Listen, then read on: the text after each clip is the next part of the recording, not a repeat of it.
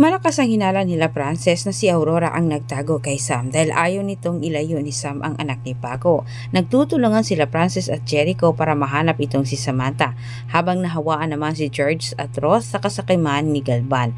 Natutuwa pa ang tatlo sa pagkawala ni Sam at umasa din sila na hindi na ito makabalik pa ng buhay, upang sa ganoon ay masolo na umano ni George at sa anak nito ang mga ari-arian ng palasyos. Samantala humingi ng tulong itong si Sam sa labas. Sabay sigaw, umasa siya na may makarinig sa kanya sa labas. Hindi naman natiis ni Paco na tinitignan itong si Sam na nagpanik.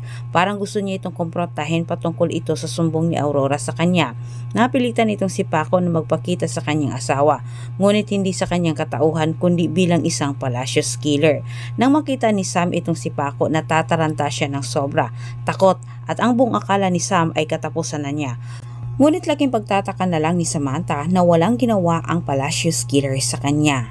Tanging sinabi ni Paco na ligtas umano itong si Samantha kasama niya. Sa opisina naman ni Aurora ang unang target nila Jericho at Frances na puntahan. Sa kasamang palad, wala silang nakita sa loob na Sam. Ngunit nakatawag pansin kay Jericho ang isang bahagi ng opisina ni Aurora na napansin niya ito na ang mga koleksyon ni Aurora ay may iba. Samantala may napapansin naman itong si Frances at narinig niya ang boses na parang sumisigaw, pero hindi rin nila matukoy ni Jericho kung saan ito nanggagaling. Sa kabilang banda, pinakalma ni Paco itong si Sam para silang dalawa umano ay magkausap ng maayos. Pero hindi nasahan ni Paco nang akala niya ay hindi siya makilala at mamukhaan ng kanyang asawa, pero nabusisa naman siya ni Samantha.